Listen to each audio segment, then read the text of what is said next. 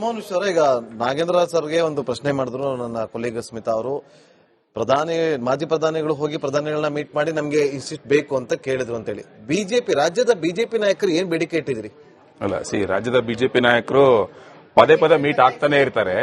ನೀವೆಲ್ಲ ನೋಡಿರ್ಬೋದು ಮಾಧ್ಯಮದಲ್ಲಿ. ಈಗ ರೈತರ ಬಗ್ಗೆ ಹೇಳಿದ್ರಿ. ಈಗ ಬಿಜೆಪಿ ನಾಯಕರು ಏನ್ ಬೇಡಿಕೆ ಇಟ್ಟಿದ್ರಿ?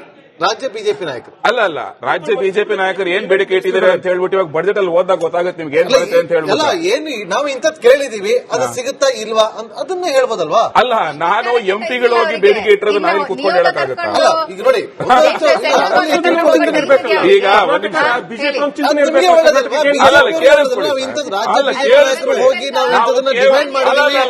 ನಮ್ಗೆ ಅವಶ್ಯಕತೆ ಇದೆ, ಕೊಡಿ ಅಂತ ಬೆಂಗಳೂರು STR ರಿಂಗ್ ರೋಡ್ ಬೇಕು ಅಂತ ಬೇಡಿಕೆ ಇಟ್ಟಿದ್ದು ಬಿಜೆಪಿ ಸಂಸದರೇ. ಅರ್ಥ ಆಯ್ತಲ್ಲ? ಭದ್ರಾ ಮೇಲ್ದಂಡೆ ಯೋಜನೆ ರಾಷ್ಟ್ರೀಯ ಪ್ರಾಜೆಕ್ಟ್ ಮಾಡಿ ಅಂತ ಬೇಡಿಕೆ ಇಟ್ಟಿದ್ದು ಬಿಜೆಪಿ ನಾಯಕರೇನೆ. ಶಿವಮೊಗ್ಗ ಏರ್ಪೋರ್ಟ್ ಬೇಕು ಅಂತ ಬೇಡಿಕೆ ಇಟ್ಟಿದ್ದು ಬಿಜೆಪಿ ನಾಯಕರೇ. ಕಲಬುರಗಿ ಏರ್ಪೋರ್ಟ್ ಬೇಕು ಅಂತ ಬೇಡಿಕೆ ಇಟ್ಟಿದ್ದು ಬಿಜೆಪಿ ನಾಯಕರೇನೆ. ಬೆಂಗಳೂರು ಮೈಸೂರು ಎಕ್ಸ್ಪ್ರೆಸ್ ವೇ ಬೇಕು ಅಂತ ಬೇಡಿಕೆ ಇಟ್ಟಿದ್ದು ಬಿಜೆಪಿ ಶಾಸಕರೇನೆ, ಸಂಸದರೇನೆ. ಈಗ ಬಜೆಟ್ ಅಲ್ಲಿ ತಡ್ಕೊಳ್ಳಿ ಸ್ವಲ್ಪ ಬರೋವರೆಗೂ. ಅದನ್ನ ಹೇಳಿ.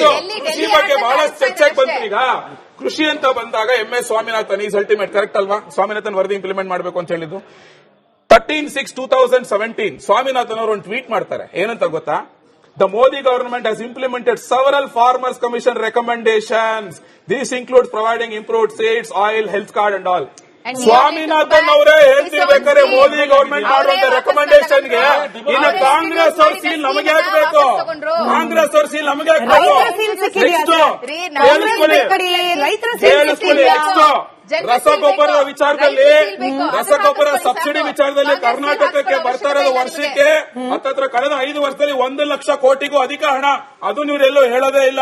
ಈಗ ಕಿಸಾನ್ ಸಮ್ಮಾನ್ ಯೋಜನೆಯಲ್ಲಿ 20,000 ಕೋಟಿಗಿಂತ ಜಾಸ್ತಿ ಹಣ ಬಂದಿದೆ. ಅದು ನೀವೆಲ್ಲೂ ಹೇಳೋದೇ ಇಲ್ಲ. ಈಗ ಕನಿಷ್ಠ ಬೆಂಬಲ ಬಗ್ಗೆ ಇವ್ರು ಮಾತಾಡ್ತಾರಲ್ಲ, ಇದೇ ಕಬ್ಬು ಬೆಳೆಗಾರರು ಬೆಳಗಾವಿನಲ್ಲಿ 100 ರೂಪಾಯಿ ಎಕ್ಸ್ಟ್ರಾ ಕೇಳಿದಾಗ ಹೋಗೋದಕ್ಕೆ ಇವರೊಬ್ಬರೊಬ್ಬ ಮಂತ್ರಿನೂ ಹೋಗ್ಲಿಲ್ಲ, ಶಾಸಕರು ಹೋಗಿಲ್ಲ, ಮುಖ್ಯಮಂತ್ರಿನೂ ಹೋಗಿಲ್ಲ. ಇವ್ರಲ್ಲಿ ಕೂತ್ಕೊಂಡು ಮೋದಿ ಅವ್ರ ಬಗ್ಗೆ ಆಮೇಲೆ ರೈತರ ಬಗ್ಗೆ ಮಾತಾಡ್ತಾರೆ.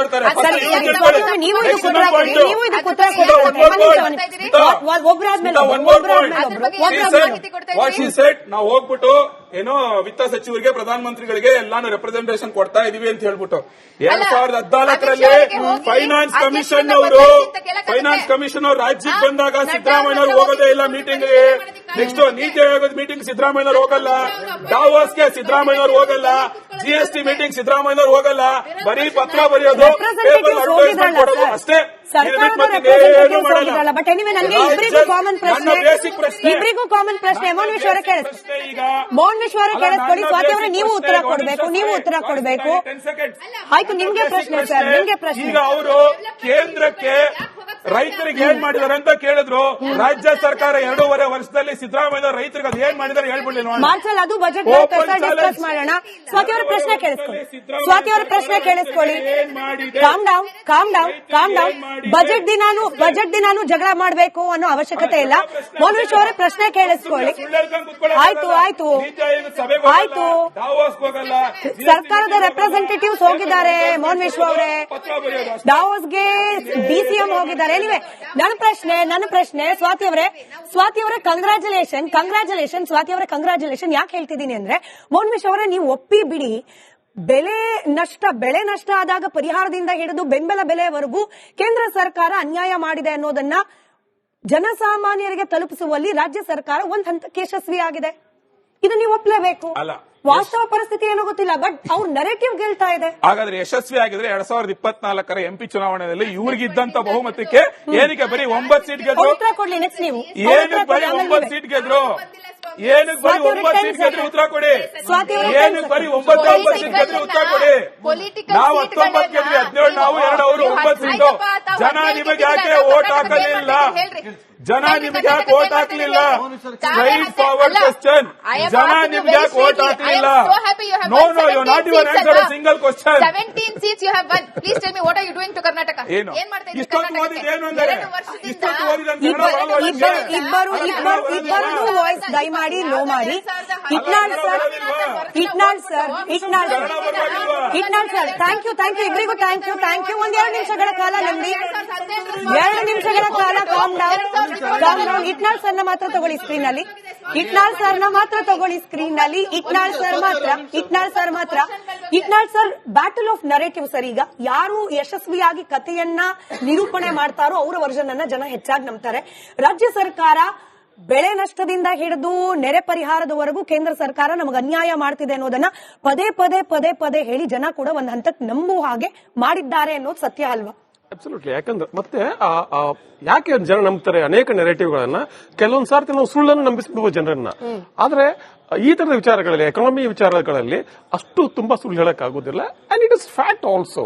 ಅನೇಕ ಪರಿಹಾರಗಳನ್ನ ಈಗ ಕಬ್ಬು ಬೆಳೆಗಾರರಿಗೆ ಮಾತಾಡಿದ್ರು. FRP ಕೊಡ್ಬೇಕಾಗಿರೋದು ಕೇಂದ್ರ ಸರ್ಕಾರ, ಅದ್ರ ಬಗ್ಗೆ ಮಾತಾಡೋದಿಲ್ಲ. ಈಗ ಡಾವೋಸ್ ಅಲ್ಲಿ ಇಲ್ಲಿ ಯಾರು ಹೋದ್ರು, ಮುಖ್ಯಮಂತ್ರಿ ಹೋಗ್ಬೇಕಂತ ಯಾರೋ ಒಬ್ಬ ಪ್ರತಿನಿಧಿ ಕಳಿಸಿರ್ತಾರೆ, ಯಾರು ಹೋಗಿರ್ತಾರೆ. ಹೋಗದೆ ಇದ್ರು ಕೂಡ that is not lapse of administration, that's not lapse of what we are looking at is what we are looking at.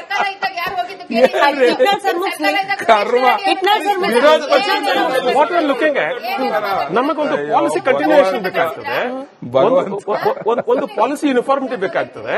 ಆಮೇಲೆ ನೀತಿ ಆಯೋಗಕ್ಕೆ ಮುಖ್ಯಮಂತ್ರಿ ಹೋದ್ರು ಇಲ್ವೋ, ದಟ್ ಇಸ್ ಅಬ್ಸಲ್ಯೂಟ್ಲಿ ಕರ್ನಾಟಕ ಜನ ಕೇಳ್ಬೇಕು ಆ ಪ್ರಶ್ನೆನ. ಆದ್ರೆ ನೀತಿ ಆಯೋಗ ಕೂತ್ಕೊಂಡು ಕರ್ನಾಟಕ ಮುಖ್ಯಮಂತ್ರಿ ಬಂದಿಲ್ಲ, ಅದಕ್ಕೆ ಕರ್ನಾಟಕ ನಾವು ಕಡಿಮೆ ಕೊಡೋಣ ಅನ್ನಕ್ ಬರೋದಿಲ್ಲ. ಎಕ್ಸಾಕ್ಟ್ಲಿ ಅನ್ನಕ್ ಬರೋದಿಲ್ಲ. ಅಲ್ಲ, ಈ ವಿಚಾರದಲ್ಲಿ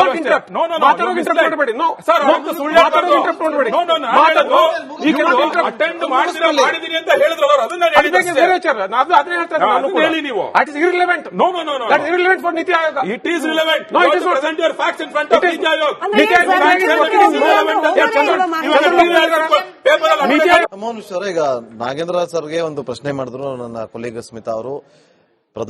ಮಾಜಿ ಪ್ರಧಾನಿಗಳು ಹೋಗಿ ಪ್ರಧಾನಿಗಳನ್ನ ಮೀಟ್ ಮಾಡಿ ನಮ್ಗೆ ಇಷ್ಟಿಷ್ಟು ಬೇಕು ಅಂತ ಕೇಳಿದ್ರು ಅಂತೇಳಿ. ರಾಜ್ಯದ ಬಿಜೆಪಿ ನಾಯಕರು ಏನ್ ಬೇಡಿಕೆ ಇಟ್ಟಿದ್ರಿ? ಅಲ್ಲ, ರಾಜ್ಯದ ಬಿಜೆಪಿ ನಾಯಕರು ಪದೇ ಮೀಟ್ ಆಗ್ತಾನೆ ಇರ್ತಾರೆ. ನೀವೆಲ್ಲ ನೋಡಿರ್ಬೋದು ಮಾಧ್ಯಮದಲ್ಲಿ. ಈಗ ಕೇಂದ್ರದ ಹತ್ರ ರೈತರ ಬಗ್ಗೆ ಹೇಳಿದ್ರಿ. ಈಗ ಬಿಜೆಪಿ ನಾಯಕರು ಏನ್ ಬೇಡಿಕೆ ಇಟ್ಟಿದ್ರಿ? ರಾಜ್ಯ ಬಿಜೆಪಿ ನಾಯಕರು ಅಲ್ಲ ರಾಜ್ಯ ಬಿಜೆಪಿ ನಾಯಕರು ಏನ್ ಬೇಡಿಕೆ ಇಟ್ಟಿದ್ದಾರೆ ಅಂತ ಹೇಳ್ಬಿಟ್ಟು ಇವಾಗ ಬಜೆಟ್ ಅಲ್ಲಿ ಓದಾಗ ಗೊತ್ತಾಗುತ್ತೆ ನಿಮ್ಗೆ ಏನ್ ಬರುತ್ತೆ ಅಂತ ಹೇಳ್ಬೋದು. ಏನು ನಾವು ಇಂಥದ್ದು ಕೇಳಿದೀವಿ, ಅದು ಸಿಗುತ್ತಾ ಇಲ್ವಾ ಅದನ್ನ ಹೇಳ್ಬೋದಲ್ವಾ? ಅಲ್ಲ, ನಾನು ಎಂಪಿಗಳು ಹೋಗಿ ಬೇಡಿಕೆ ಇಟ್ಟಿರೋದು ನಾನು ಕುತ್ಕೊಂಡು ಹೇಳಕ್ಕಾಗತ್ತಾ? ಅಲ್ಲ, ಈಗ ನೋಡಿ, ಈಗ ಬಿಜೆಪಿ ಚಿಂತನೆ ಹೋಗಿ ನಾವು ಇಂಥದನ್ನ ಡಿಮ್ಯಾಂಡ್ ಮಾಡಿದ್ವಿ, ನಮ್ಗೆ ಅವಶ್ಯಕತೆ ಇದೆ, ಕೊಡಿ ಅಂತ ಹೇಳಿ. ಬೆಂಗಳೂರು STR ರಿಂಗ್ ರೋಡ್ ಬೇಕು ಅಂತ ಬೇಡಿಕೆ ಇಟ್ಟಿದ್ದು ಬಿಜೆಪಿ ಸಂಸದರೇ. ಅರ್ಥ ಆಯ್ತಲ್ಲ? ಭದ್ರಾ ಮೇಲ್ದಂಡೆ ಯೋಜನೆ ರಾಷ್ಟ್ರೀಯ ಪ್ರಾಜೆಕ್ಟ್ ಮಾಡಿ ಅಂತ ಬೇಡಿಕೆ ಇಟ್ಟಿದ್ದು ಬಿಜೆಪಿ ನಾಯಕರೇನೆ. ಶಿವಮೊಗ್ಗ ಏರ್ಪೋರ್ಟ್ ಬೇಕು ಅಂತ ಬೇಡಿಕೆ ಇಟ್ಟಿದ್ದು ಬಿಜೆಪಿ ನಾಯಕರೇ. ಕಲಬುರಗಿ ಏರ್ಪೋರ್ಟ್ ಬೇಕು ಅಂತ ಬೇಡಿಕೆ ಇಟ್ಟಿದ್ದು ಬಿಜೆಪಿ ನಾಯಕರೇನೆ. ಬೆಂಗಳೂರು ಮೈಸೂರು ಎಕ್ಸ್ಪ್ರೆಸ್ ವೇ ಬೇಕು ಅಂತ ಬೇಡಿಕೆ ಇಟ್ಟಿದ್ದು ಬಿಜೆಪಿ ಶಾಸಕರೇನೆ, ಸಂಸದರೇನೆ. ಈಗ ಪಾರ್ಟಿ ಬಜೆಟ್ ಅಲ್ಲಿ ತಡ್ಕೊಳ್ಳಿ ಸ್ವಲ್ಪ ಬರೋವರೆಗೂ. ಅದನ್ನ ಹೇಳಿ. ಕೃಷಿ ಬಗ್ಗೆ ಬಹಳ ಚರ್ಚೆಗೆ ಬಂತು. ಈಗ ಕೃಷಿ ಅಂತ ಬಂದಾಗ MS Swaminathan is ultimate, correct ಅಲ್ವಾ? ಸ್ವಾಮಿನಾಥನ್ ವರದಿ ಇಂಪ್ಲಿಮೆಂಟ್ ಮಾಡಬೇಕು ಅಂತ ಹೇಳಿದ್ದು 13/6/2017 ಸ್ವಾಮಿನಾಥನ್ ಅವರು ಒಂದು ಟ್ವೀಟ್ ಮಾಡ್ತಾರೆ. ಏನಂತ ಗೊತ್ತಾ? The Modi government has implemented several farmers commission recommendations. These include providing improved seeds, oil, health card and all. Swaminathan ಅವರೇ ಹೇಳ್ತಿರ್ಬೇಕಾದ್ರೆ ಮೋದಿ ಗವರ್ಮೆಂಟ್ ಮಾಡುವಂತ ರೆಕಮೆಂಡೇಶನ್ ಗೆ ಇನ್ನು ಕಾಂಗ್ರೆಸ್ ಅವ್ರ ಸೀಲ್ ನಮಗೆ ಹಾಕಬೇಕು. ಕಾಂಗ್ರೆಸ್ ಅವ್ರ ಸೀಲ್ ನಮಗೆ ಹಾಕಬೇಕು. ಕೇಳಿಸ್ಕೊಳ್ಳಿ.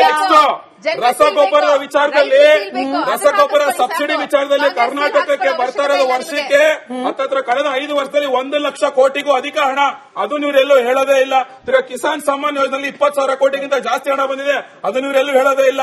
ಈಗ ಕನಿಷ್ಠ ಬೆಂಬಲ ಬಗ್ಗೆ ಇವ್ರು ಮಾತಾಡ್ತಾರಲ್ಲ, ಇದೇ ಕಬ್ಬು ಬೆಳೆಗಾರರು ಬೆಳಗಾವಿನಲ್ಲಿ 100 ರೂಪಾಯಿ ಎಕ್ಸ್ಟ್ರಾ ಕೇಳಿದಾಗ ಹೋಗೋದಕ್ಕೆ ಇವರೊಬ್ಬರೊಬ್ಬ ಮಂತ್ರಿನೂ ಹೋಗ್ಲಿಲ್ಲ, ಶಾಸಕರು ಹೋಗಿಲ್ಲ, ಮುಖ್ಯಮಂತ್ರಿನೂ ಹೋಗಿಲ್ಲ.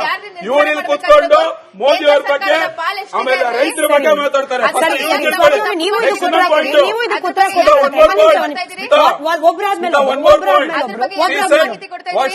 ನಾವು ಹೋಗ್ಬಿಟ್ಟು ಏನೋ ವಿತ್ತ ಸಚಿವರಿಗೆ, ಪ್ರಧಾನಮಂತ್ರಿಗಳಿಗೆ ಎಲ್ಲಾನು ರೆಪ್ರೆಸೆಂಟೇಷನ್ ಕೊಡ್ತಾ ಇದೀವಿ ಅಂತ ಹೇಳ್ಬಿಟ್ಟು 2014ರಲ್ಲಿ ಫೈನಾನ್ಸ್ ಕಮಿಷನ್ ಅವರು ರಾಜ್ಯಕ್ಕೆ ಬಂದಾಗ ಸಿದ್ದರಾಮಯ್ಯ ಅವರು ಹೋಗೋದೇ ಇಲ್ಲ ಮೀಟಿಂಗ್. ನೆಕ್ಸ್ಟ್ ನೀತಿ ಆಯೋಗದ ಮೀಟಿಂಗ್ ಸಿದ್ದರಾಮಯ್ಯ ಅವರು ಹೋಗಲ್ಲ, ಡಾವೋಸ್ಗೆ ಸಿದ್ದರಾಮಯ್ಯ ಅವರು ಹೋಗಲ್ಲ, GST ಮೀಟಿಂಗ್ ಸಿದ್ದರಾಮಯ್ಯ ಅವರು ಹೋಗಲ್ಲ. ಬರೀ ಪತ್ರ ಬರೆಯೋದು, ಪೇಪರ್ ಅಡ್ವರ್ಟೈಸ್ಮೆಂಟ್ ಕೊಡೋದು ಅಷ್ಟೇ. ಬಟ್ ಎನಿವೆ ನನಗೆ ಇಬ್ಬರಿಗೂ ಕಾಮನ್ ಪ್ರಶ್ನೆ ಮೋಹನ್ ವಿಶ್ವ ಕೇಳಿಸ್ಕೊಳ್ಳಿ. ಸ್ವಾತಿ ಅವರೇ ನೀವು ಉತ್ತರ ಕೊಡಬೇಕು. ಆಯ್ತು, ನಿಮ್ಗೆ ಪ್ರಶ್ನೆ ಸರ್, ನಿಮ್ಗೆ ಪ್ರಶ್ನೆ. ಈಗ ಅವರು ಕೇಂದ್ರಕ್ಕೆ ರೈತರಿಗೆ ಏನ್ ಮಾಡಿದಾರೆ ಅಂತ ಕೇಳಿದ್ರು. ರಾಜ್ಯ ಸರ್ಕಾರ 2.5 ವರ್ಷದಲ್ಲಿ ಸಿದ್ದರಾಮಯ್ಯ ರೈತರಿಗೆ ಅದು ಏನ್ ಮಾಡಿದಾರೆ ಹೇಳ್ಬಿಡ್ಲಿ ನೋಡಿ. ಮಾರ್ಚಲ್ ಅದು ಬಜೆಟ್ ಡಿಸ್ಕಸ್ ಮಾಡೋಣ. ಸ್ವಾತಿ ಅವರ ಪ್ರಶ್ನೆ ಕೇಳಿಸ್ಕೊಳ್ಳಿ. ಸ್ವಾತಿ ಅವರ ಪ್ರಶ್ನೆ ಕೇಳಿಸ್ಕೊಳ್ಳಿ. Calm down. ಬಜೆಟ್ ದಿನಾನು ಜಗಳ ಮಾಡಬೇಕು ಅನ್ನೋ ಅವಶ್ಯಕತೆ ಇಲ್ಲ. ಮೋನ್ವಿಶ್ ಅವರ ಪ್ರಶ್ನೆ ಕೇಳಿಸ್ಕೊಳ್ಳಿ. ಆಯ್ತು. ಸರ್ಕಾರದ ರೆಪ್ರೆಸೆಂಟೇಟಿವ್ಸ್ ಹೋಗಿದ್ದಾರೆ ಮೋನ್ವಿಶ್ ಅವರೇ, ದಾವೋಸ್ಗೆ ಡಿಸಿಎಂ ಹೋಗಿದ್ದಾರೆ. ಎನಿವೆ ನನ್ನ ಪ್ರಶ್ನೆ ಸ್ವಾತಿ ಅವರೇ ಕಂಗ್ರಾಚುಲೇಷನ್ ಸ್ವಾತಿ ಅವರೇ ಕಂಗ್ರಾಚುಲೇಷನ್. ಯಾಕೆ ಹೇಳ್ತಿದ್ದೀನಿ ಅಂದ್ರೆ ಮೋನ್ವಿಶ್ ಅವರೇ, ನೀವು ಒಪ್ಪಿ ಬಿಡಿ, ಬೆಳೆ ನಷ್ಟ ಆದಾಗ ಪರಿಹಾರದಿಂದ ಹಿಡಿದು ಬೆಂಬಲ ಬೆಲೆವರೆಗೂ ಕೇಂದ್ರ ಸರ್ಕಾರ ಅನ್ಯಾಯ ಮಾಡಿದೆ ಅನ್ನೋದನ್ನ ಜನಸಾಮಾನ್ಯರಿಗೆ ತಲುಪಿಸುವಲ್ಲಿ ರಾಜ್ಯ ಸರ್ಕಾರ ಒಂದ್ ಹಂತಕ್ಕೆ ಯಶಸ್ವಿಯಾಗಿದೆ. ಇದು ನೀವು ಒಪ್ಪಲೇಬೇಕು. ವಾಸ್ತವ ಪರಿಸ್ಥಿತಿ ಏನೋ ಗೊತ್ತಿಲ್ಲ, ಬಟ್ ಅವ್ರ ನರೇಟಿವ್ ಗೆಲ್ತಾ ಇದೆ. ಹಾಗಾದ್ರೆ ಯಶಸ್ವಿ ಆಗಿದ್ರೆ 2024 MP ಚುನಾವಣೆಯಲ್ಲಿ ಇವ್ರಿಗಿದ್ದಂತ ಬಹುಮತಕ್ಕೆ ಏನಕ್ಕೆ ಬರೀ 9 ಸೀಟ್ ಗೆದ್ರು? ಉತ್ತರ ಕೊಡ್ಲಿ ನೆಕ್ಸ್ಟ್ ನೀವು. ಏನಕ್ಕೆ ಬರೀ 9 ಸೀಟ್ ಗೆದ್ರು? ಏನಕ್ಕೆ ಬರೀ 9 ಸೀಟ್ ಗೆದ್ರು? ಉತ್ತರ ಕೊಡಿ. ಏನಕ್ಕೆ ಬರೀ 9 ಸೀಟ್ ಗೆದ್ರು? ಉತ್ತರ ಕೊಡಿ. ನಾವು 19 ಗೆದ್ರಿ, 17 ನಾವು, 2 ಅವರು, 9 ಸೀಟು. ಜನ ನಿಮಗೆ ಯಾಕೆ ವೋಟ್ ಹಾಕಲಿಲ್ಲ? Straightforward question. ಜನ ನಿಮ್ಗೆ ಯಾಕೆ ವೋಟ್ ಹಾಕಲಿಲ್ಲ? No, you not even answer a single question. 17 seats you have won. Please tell me what are you doing to Karnataka? ಏನು ಮಾಡ್ತಾ ಇದ್ದೀರಿ? ಇಷ್ಟೊಂದು ಓದಿದ್ದೇನು ಅಂದ್ರೆ ಇಷ್ಟೊಂದು ಓದಿದಂತ ಇಬ್ಬರು ವಾಯ್ಸ್ ದಯಮಾಡಿ ಲೋ ಮಾಡಿ. ಇಟ್ನಾಳ್ ಸರ್ ಥ್ಯಾಂಕ್ ಯು ಇಬ್ಬರಿಗೂ ಥ್ಯಾಂಕ್ ಯು. ಒಂದ್ 2 ನಿಮಿಷಗಳ ಕಾಲ ನಮ್ದಿ, 2 ನಿಮಿಷಗಳ ಕಾಲ ಕಾಮ್ ಡೌನ್. ಇಟ್ನಾಳ್ ಸರ್ನ ಮಾತ್ರ ತಗೊಳ್ಳಿ ಸ್ಕ್ರೀನ್ ನಲ್ಲಿ. Itnal sir battle of narrative sir. ಈಗ ಯಾರು ಯಶಸ್ವಿಯಾಗಿ ಕಥೆಯನ್ನ ನಿರೂಪಣೆ ಮಾಡ್ತಾರೋ ಅವರ ವರ್ಷನ್ ಅನ್ನ ಜನ ಹೆಚ್ಚಾಗಿ ನಂಬ್ತಾರೆ.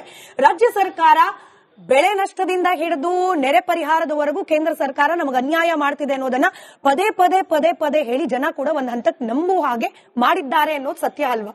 ಅಬ್ಸಲ್ಯೂಟ್ಲಿ. ಯಾಕಂದ್ರೆ ಮತ್ತೆ ಯಾಕೆ ಜನ ನಂಬ್ತಾರೆ ಅನೇಕ ನೆರೇಟಿವ್ಗಳನ್ನ, ಕೆಲವೊಂದ್ ಸಾರ್ತಿ ನಾವು ಸುಳ್ಳನ್ನು ನಂಬಿಸಬಹುದು ಜನರನ್ನ.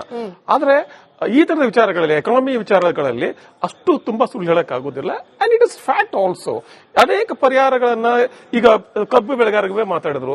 FRP ಕೊಡ್ಬೇಕಾಗಿರೋದು ಕೇಂದ್ರ ಸರ್ಕಾರ, ಅದ್ರ ಬಗ್ಗೆ ಮಾತಾಡೋದಿಲ್ಲ. ಈಗ ಡಾವೋಸ್ ಅಲ್ಲಿ ಇಲ್ಲಿ ಯಾರು ಮುಖ್ಯಮಂತ್ರಿ ಹೋಗ್ಬೇಕಂತ ಯಾರೋ ಒಬ್ಬ ಪ್ರತಿನಿಧಿ ಕಳಿಸಿರ್ತಾರೆ, ಯಾರು ಹೋಗಿರ್ತಾರೆ. ಹೋಗದೆ ಇದ್ರು ಕೂಡ that is not lapse of administration, that's not lapse of what we are looking at is what we are looking at.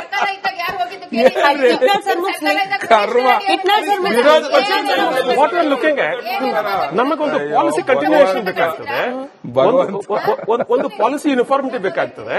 ಆಮೇಲೆ ನೀತಿ ಆಯೋಗಕ್ಕೆ ಮುಖ್ಯಮಂತ್ರಿ ಹೋದ್ರೋ ಇಲ್ವೋ, ದಟ್ ಇಸ್ ಅಬ್ಸಲ್ಯೂಟ್ಲಿ ಕರ್ನಾಟಕ ಜನ ಕೇಳ್ಬೇಕು ಆ ಪ್ರಶ್ನೆನ.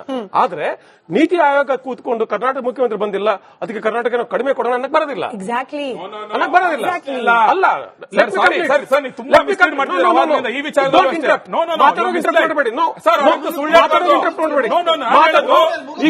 ಅಟೆಂಡ್ ಮಾಡಿದೀನಿ ಅಂತ ಹೇಳಿದ್ರು ಅವರು. ಅದನ್ನ ಹೇಳಿ ನೀವು. It is irrelevant. Irrelevant for Niti Aayog. It is relevant. No, it is not. Present your facts in front of Niti ಆಯೋಗ.